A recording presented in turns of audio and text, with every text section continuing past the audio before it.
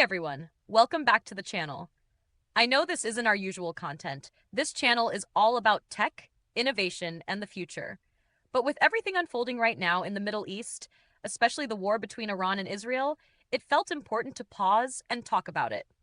This is one of those rare moments where global conflict and technology intersect in ways that affect all of us, from cybersecurity threats to energy systems, military tech, and geopolitical shifts that impact the entire world. So while this isn't a war or politics channel, this situation is just too significant to ignore. We'll be back to our regular tech content soon, but for now, let's dive into what's happening and why it matters. The Gates of Hell: How Iran and Israel Brought the Middle East to the Edge of Collapse.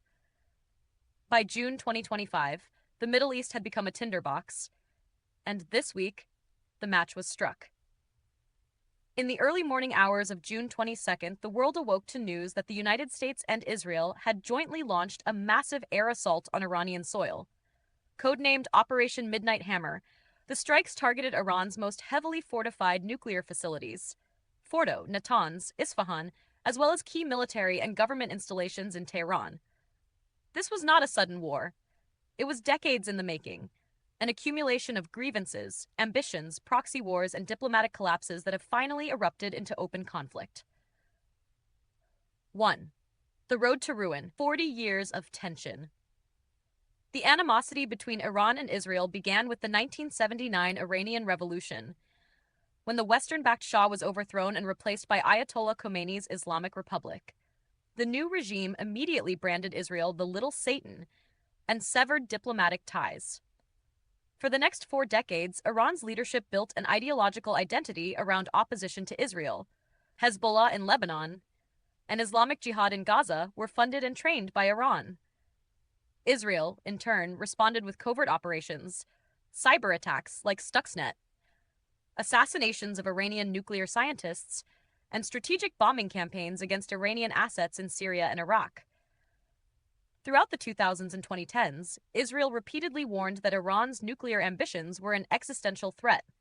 Diplomacy offered a brief reprieve in 2015 when the JCPOA Iran nuclear deal was signed under U.S. President Barack Obama.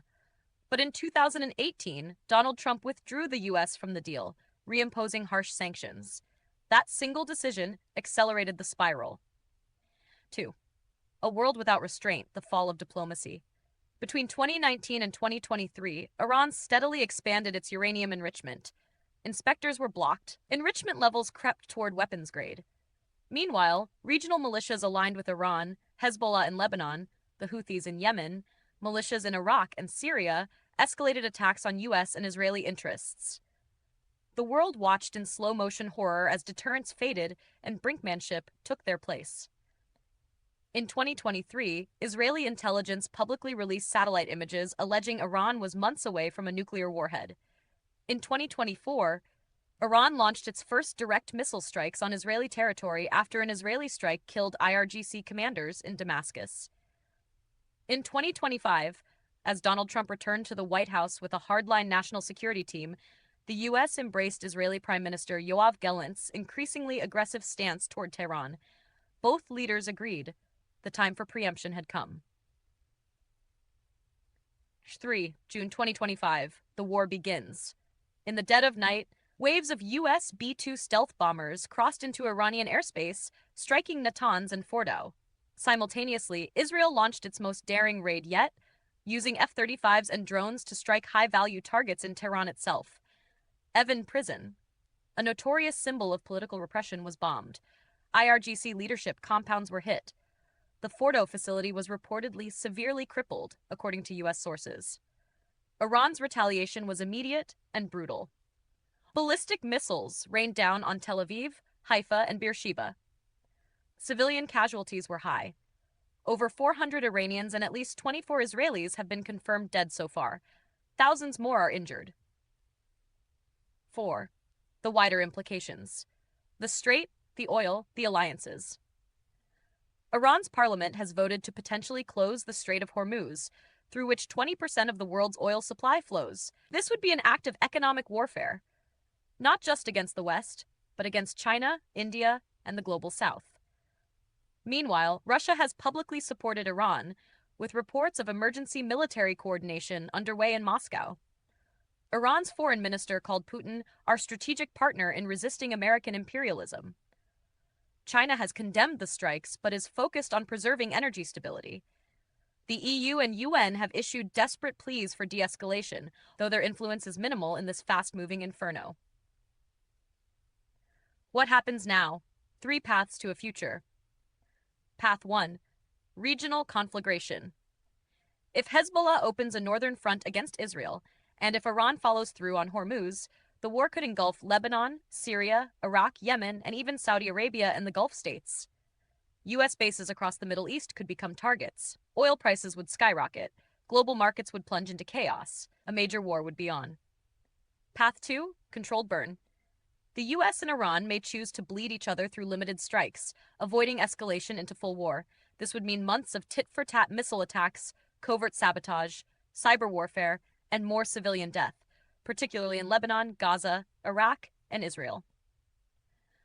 Path 3. Ceasefire and negotiated reset. This would require outside pressure, possibly China and Russia on Iran, Europe on Israel, and quiet diplomacy via Gulf intermediaries. But after this week's bloodshed, trust is gone. Any ceasefire would be fragile, temporary, and built atop scorched ruins. 6. A historic turning point. We are witnessing a seismic shift in the architecture of the Middle East. The old order, where wars were fought through proxies and red lines were respected, is collapsing.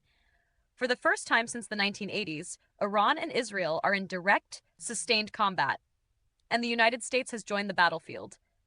The dream of a nuclear-free Iran is gone. So is the idea that Israel can strike with impunity and avoid retaliation. The rules have changed. This is not just a war of missiles. It's a war of visions, of what the Middle East should be, who controls it, and whether diplomacy still has a place in its future. The outcome of this war will define the region's future for a generation, and perhaps reshape the global order itself. Thanks for watching. I really appreciate you taking the time to check out my video. If you enjoyed it, don't forget to like, comment, and subscribe for more content.